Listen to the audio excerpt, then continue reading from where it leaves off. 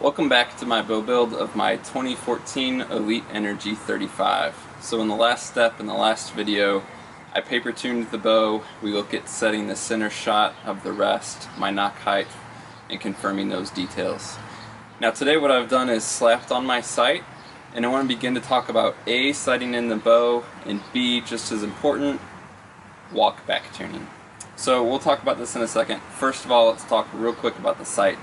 Most of you guys are probably aware how to sight in your bow in general, get it mounted up, and then to make adjustments, say if your arrows are going low, for example, you want to quote unquote chase the arrow. So if your arrows are going low, you want to bring your sight down lower to meet those arrows.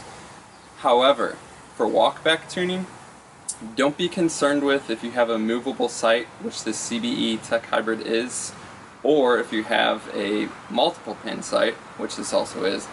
Don't be concerned with the slider, and don't be concerned with anything about your top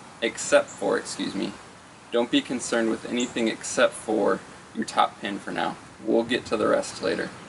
So what you want to do is get your sight on and get your top pin, for most guys 20 yards, absolutely pin perfect, and make sure you're super accurate. Now, with that in mind, you want to shoot on your target and make a vertical line that's plumb. You want to shoot your top pin and get it dialed in at this cross point. So for example, this is an arrow from 20 yards. You want to continue to shoot with only your top pin and with the same aiming spot and literally walk back. That's why we call this walkback tuning. So these are arrows from 20 to 40, 45, I forget. You want to always use, again, a single pin and always aim at the same spot. Really, all you're concerned with is your vertical lineup. So are things getting really spread out horizontally? Are they staying in line vertically? So I had to move my rest just the tiniest amount, like 32nd of an inch or something to that effect. And then I started getting this perfect lineup. This is what you want.